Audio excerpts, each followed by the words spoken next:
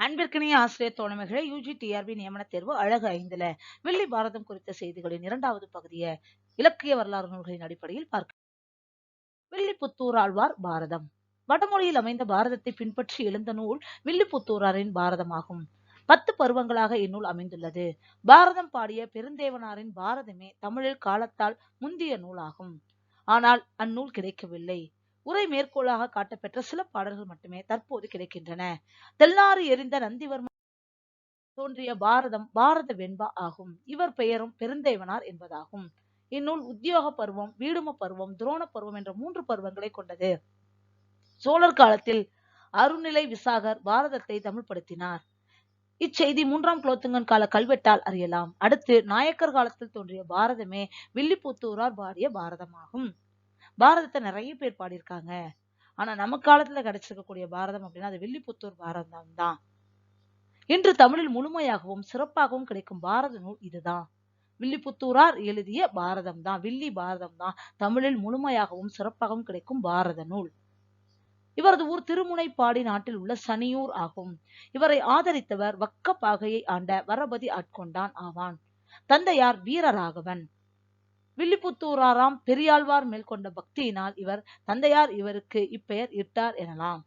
இவரது சமயம் வைணவம். காலம் கிபி 14ஆம் நூற்றாண்டு. அகத்திய பட்டர் வடமொழியில் எழுதிய பால பாரதம், வியாசரின் மகாபாரதம், நந்திவர்மன் காலத்தில் எழுதப்பட்ட பாரத வெண்பா ஆகியவற்றை அடிப்படையாக கொண்டு வில்லிபுத்தூரார் தமது நூலை இயற்றினார். அகத்திய பட்டர் அப்படிங்கிற ஒரு வடமொழியில பாலபாரதம் ஒன்று எழுதியிருக்கிறார். வேத வியாசர் மகாபாரதம் எழுதியிருக்கிறார். நந்திவர்மன் காலத்துல ஒரு பாரத வெண்பா தமிழ்ல தோன்றியிருக்கு. இது எல்லாத்தையும் அடிப்படையாக வைத்துதான் வில்லிபுத்தூரார் தனது பாரதத்தை இயற்றியுள்ளார்.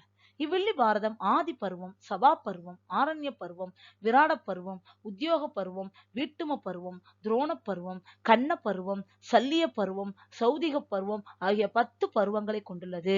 இதில் 4339 விருத்தப்பாக்கள் இடம்பெற்றுள்ளன. இதில் வட சொற்கள் மிகுதியாக இடம்பெற்றிருப்பது குறிப்பிடத்தக்கது.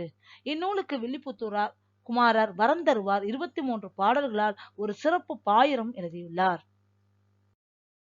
இச்சிறப்பு பாயிரத்தில் இடம்பெற்றுள்ள பொறுப்பிலே பிறந்து தென்னன் புகழிலே கிடந்து சங்கத் திருப்பிலே இருந்து வைகை ஏட்டிலே தவந்த பேதை நெருப்பிலே நின்று கற்றோர் நினைவிலே நடந்தோர் என மறுப்பிலே பயின்ற பாவை மருங்கிலே வளருகின்றாள் என்ற பாடல் நயமுடையதாக விளங்குகிறது. தமிழ்ல சொல்றார். தமிழை வாழ்த்திட்டு அப்படிப்பட்ட தமிழ் மொழியில் இந்த வேத வியாசர் எழுதிய பாரதத்தை நான் எழுதுகிறேன் அப்படின்னு சொல்லி அந்த பாயிரம் எழுதப்பட்டிருக்கு. சிறப்பு பாயிரம். அடுத்த இலக்கிய வரலாறு ஆசிரியர் வில்லிபுத்தூர் ஆழ்வார். இவரை ஆழ்வார்களில் ஒருவராக இணைத்ததுக்கு காரணம் என்னன்னா, அவ்வளவு சிறப்பான பாரதத்தை பாடினதுனாலையும் வைணவ சமயத்தை சார்ந்ததுனாலையும் இவருக்கு ஆழ்வார் அப்படிங்கிற அடைமொழி கொடுக்கப்பட்டிருக்கு. ஆதரித்தவர் சிற்றரசராகிய வரபதி ஆட்கொண்டான். வக்க பாகையை ஆண்ட சிற்றரசன் வரபதி ஆட்கொண்டான். காலம் கிபி 14ஆம் நூற்றாண்டு. பாடல்கள் பார்க்கப்போ 4160. அந்த இலக்கிய வரலாறுக்கும் இந்த இலக்கிய வரலாறுக்கும் பாடல் எண்ணிக்கையில வேறுபாடு இருக்கு. பாவகைன்னு பாக்குறப்ப விருத்தப்பாவினால் ஆனது. நூல் பகுப்பு முறை அப்படிங்கிறப்ப பெரும் பிரிவு பருவம்ங்கிறாங்க. 10 பருவம் இருக்கு. சிறு பிரிவு சருக்கம் என பகுக்கப்பட்டுள்ளது. மொத்த பருவங்கள் அப்படின்னு பாக்குறப்போ 18 பருவங்களாகவும் இதில் முதல் 10 பருவங்களை மட்டுமே வில்லிபுத்தூரார் பாடியுள்ளார். அப்பருவங்களாவன ஆதி பருவம், சபா பருவம், வனப்பருவம், விராட பருவம், உத்தியோக பருவம், பீஷ்ம பருவம், துரோண பருவம், கர்ண பருவம், சல்லிய பருவம், சௌத்திக பருவம். நூல் பெயர் காரணம் அப்படின்னு பாக்குறப்ப வில்லிபுத்தூர் ஆழ்வாரால் செய்யப்பட்ட மகாபாரத கதை நூல், அதனால் வில்லி பாரதம் எனப்படுகிறது. இவரது சொந்த ஊர் சனியூர். வில்லிபுத்தூரை சேர்ந்த பெரியாழ்வாரிடம் மிகுந்த ஈடுபாடு கொண்டிருந்தமையால் வில்லிபுத்தூர் ஆழ்வார் என்னும் பெயர் ஏற்பட்டது. வில்லிபுத்தூர்ல பிறக்கல, திருமுனைப்பாடி நாட்டில் இருக்கக்கூடிய சனியூரில் பிறந்தவர். பெரியாழ்வார் மேல பக்தி இருந்ததுனால பெரியாழ்வார் பிறந்த ஊர் பேரே தான் பேரா வச்சுக்கிட்டார். முதலில் அச்சேற்றியவர் பதிப்பித்தவர் ஆறுமுக நாவலர். உரை கே ராஜகோபாலர் உரை கிடைச்சிருக்கு. வில்லி பாரதத்தின் உள்ளடக்கம் அப்படின்னு பாக்குறப்ப தனது வில் ஆற்றலால் அர்ஜுனன் திரௌபதியை மணக்கின்றான். பிறகு அன்னை குந்தியின் சொற்படி பஞ்ச பாண்டவர் ஐவரும் திரௌபதிக்கு கணவராகின்றனர். பாண்டவர் மீது துரியோதனன் பொறாமை கொள்கின்றான். பாண்டவர் நாடு நகரங்களை கவர சூழ்ச்சி செய்கின்றான். எனவே புதிதாக சபா மண்டபம் ஒன்றை கட்டுகின்றான். அதற்கு அழைப்பது போல் பஞ்ச பாண்டவரை விதுரன் மூலம் விருந்துக்கு அழைக்கின்றான். விருந்துக்கு துரியோதனனின் தாய்மாமன் சகுனி சூதாட்டம் ஆடி தோல்வியுறச் செய்கின்றான்.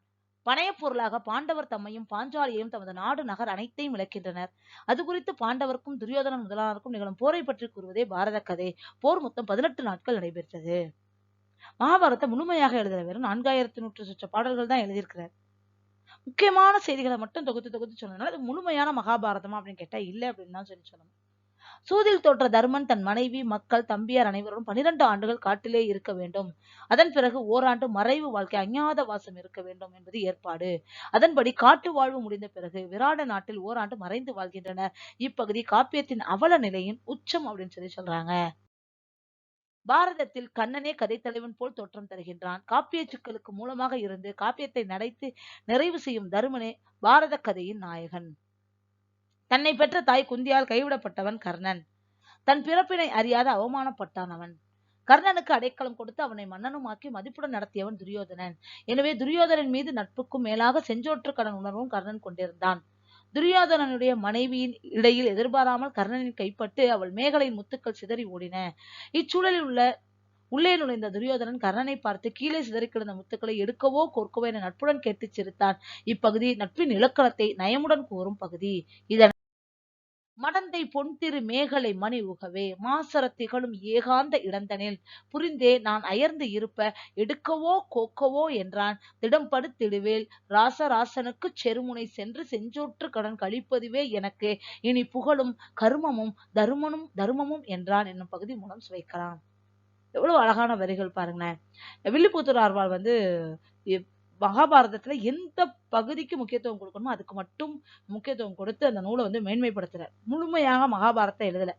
குறிப்பா பகவத்கீதை அர்ஜுனனுக்கு கிருஷ்ண பரமாத்மா உபதேசம் செய்யக்கூடிய பகுதியை முழுமையாக அவர் நீக்கிட்டார், விட்டுட்டார். அதை அவர் கை வைக்கவே இல்லை. அதனால அந்த முழுமையான மகாபாரதமா அப்படின்னு கேட்டா கண்டிப்பாக இல்லை அப்படிங்கறதுதான் உண்மை. வில்லி பாரதத்தின் மரபு குறிப்பு அப்படின்னு பாக்குறப்போ மகாபாரத பருவங்களில் வில்லிபுத்தூரால் எழுதாமல் விடுக்கப்பட்ட பருவங்கள் 8. அவை என்ன? ஸ்ரீ பருவம், சாந்தி பருவம், அனுசாசன பருவம், அஸ்வமேத பருவம், ஆரம பருவம், மௌசல பருவம், மகாபிரஸ்தான பருவம், ஸ்வர்காரோசன பருவம். இந்த 8 பருவத்தையும் அவர் விட்டுட்டார். மொத்தம் 10 பருவம் தான் பாடியிருக்கார். வில்லி பாரதத்தின் மூல நூல்கள் அப்படின்னு பாக்குறப்ப 2. வியாசர் வடமொழியில் எழுதிய மகாபாரதம், அகத்திய பட்டர் வடமொழியில் எழுதிய பாலபாரதம். மகாபாரதத்தில் வரும் கிளைக்கதைகள் வில்லி பாரத பகுதியில் வருகின்றன. கிளைக்கதைகள் நிறைய வருது, ஆனா மூலக்கதைகளை பெரும்பகுதியை அவர் விட்டிருக்கார். புரூரவசு கதை, யயாதி கதை, சிசுபாலன் கதை, நிவாத கவச காலகேயர் கதை, இந்த கதைகள் எல்லாத்தையும் வில்லி பாரதத்துல ரொம்ப விரிவா பேசியிருக்கார். யயாதி விலாசம் என்னும் பெயரில் உள்ள நாடக நூல் சுவடி ஒன்று சென்னை அரசினர் கீழ்திசை சுவடி நூலகத்தில் உள்ளது. அநேகமாக இது யயாதியோட கதையாக இருக்கலாம் அப்படிங்கிறாங்க. நிவாத கவச காலகேயர் நாடகம் என்ற சுவடியும் அதே நூலகத்தில் உள்ளது. கம்பரை பின்பற்றி முடிசூட்டும் நிகழ்வோடு காப்பியம் நிறைவு பெறுகிறது. கம்பர் எப்படி ராமாயணத்துல முடிசூட்டுறதோட முடிச்சுக்கிறாரோ அதே மாதிரி இவர் பாண்டவர்கள் முடிசூட்டுவதோட கதையை நிறைவு செய்யறாரு. அறம், பொருள், இன்பம், வீடு ஆகிய 4 உறுதிப்பொருள்கள் வில்லி பாரதத்தில் இடம்பெற்றுள்ளன. பாரதத்தின் சூதுப்போர் சருக்கமே பாரதியின் பாஞ்சாலி சபதம் என்னும் சிறு காப்பியத்திற்கு மூலமாகிறது. வில்லி பாரதத்தோட அந்த சூதுபோர் சருக்கம் தான் பாரதியோட பாஞ்சாலி சபதத்துக்கு மூலம் அப்படிங்கிறாங்க. ஆரண்ய பருவத்தில் அனுமன் வருகின்றான். அதனால் பாரதத்திற்கு முன்பு எழுந்தது ராமாயணம் என தெரியலாம். இந்த ஆரண்ய பருவத்துல அனுமன் வர மாதிரியான கதை போகுது. அதனால மகாபாரதத்துக்கு முன்பாக ராமாயணம் தோன்றியது அப்படின்றது நமக்கு தெரிய வருது என்று எஸ். சௌந்தர பாண்டியன் தமிழில் காப்பியங்கள் அப்படிங்கிற நூல்ல கூறியிருக்கிறார். சௌப்திகம் என்றால் தூக்கத்தில் நிகழ்வது என்று பொருள்.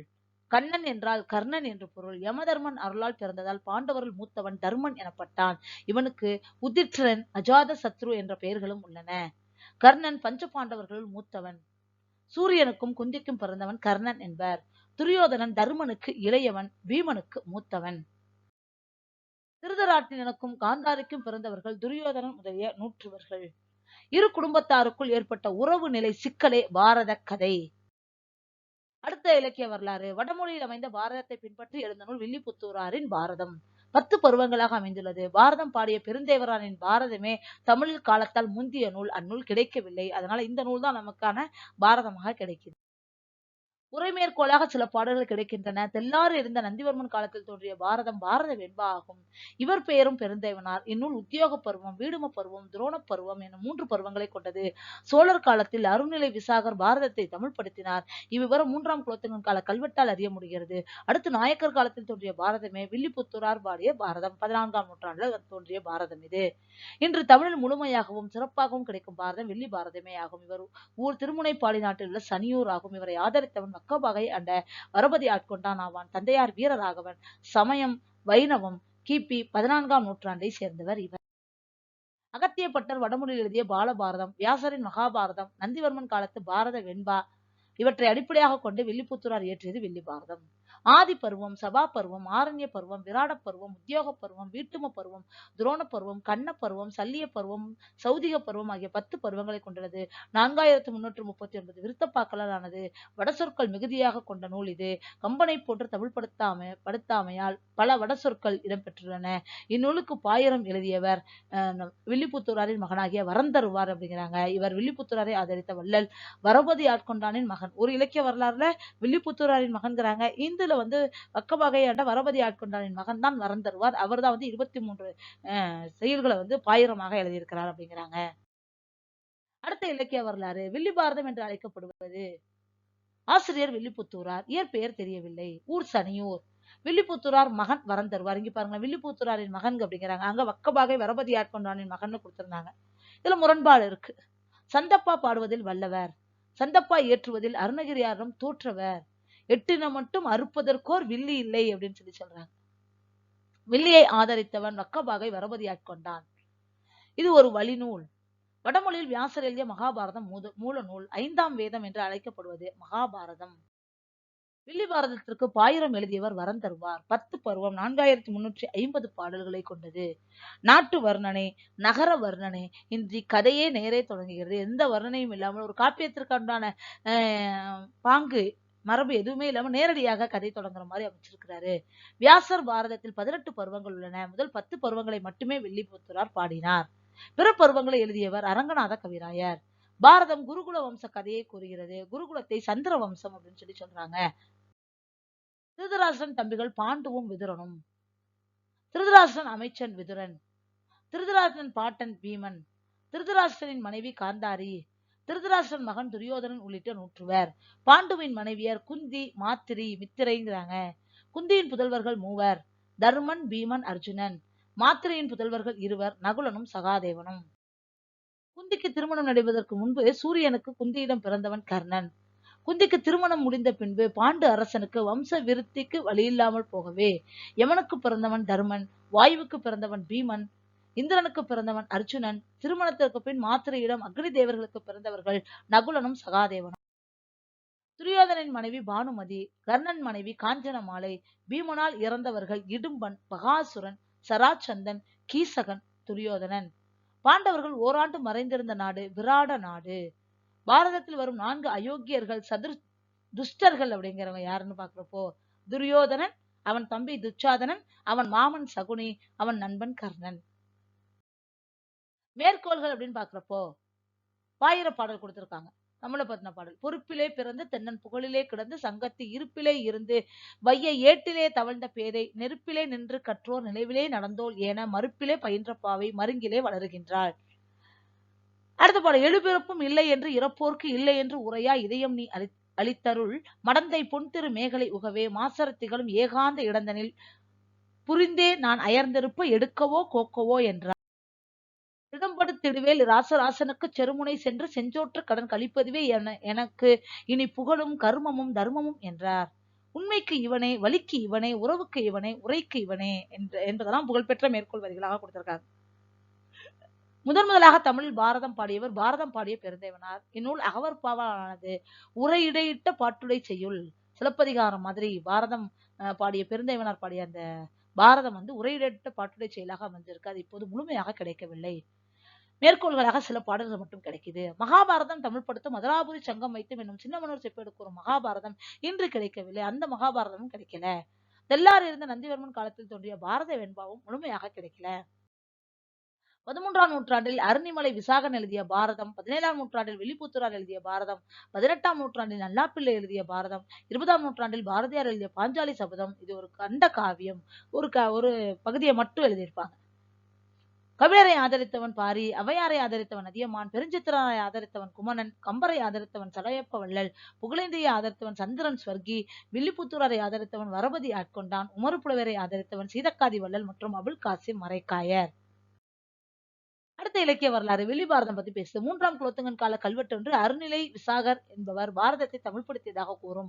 அதன் பின் நாயக்கர் காலத்தில் வில்லிபுத்தூர் ஆழ்வார் எழுதிய பாரதம் சிறந்ததாக போற்றப்படுகிறது. வில்லிபுத்தூர் ஆழ்வார் திருமுனைப்பாடி நாட்டில் சனியூரில் பிறந்தவர். தந்தையார் வீரராகவர்.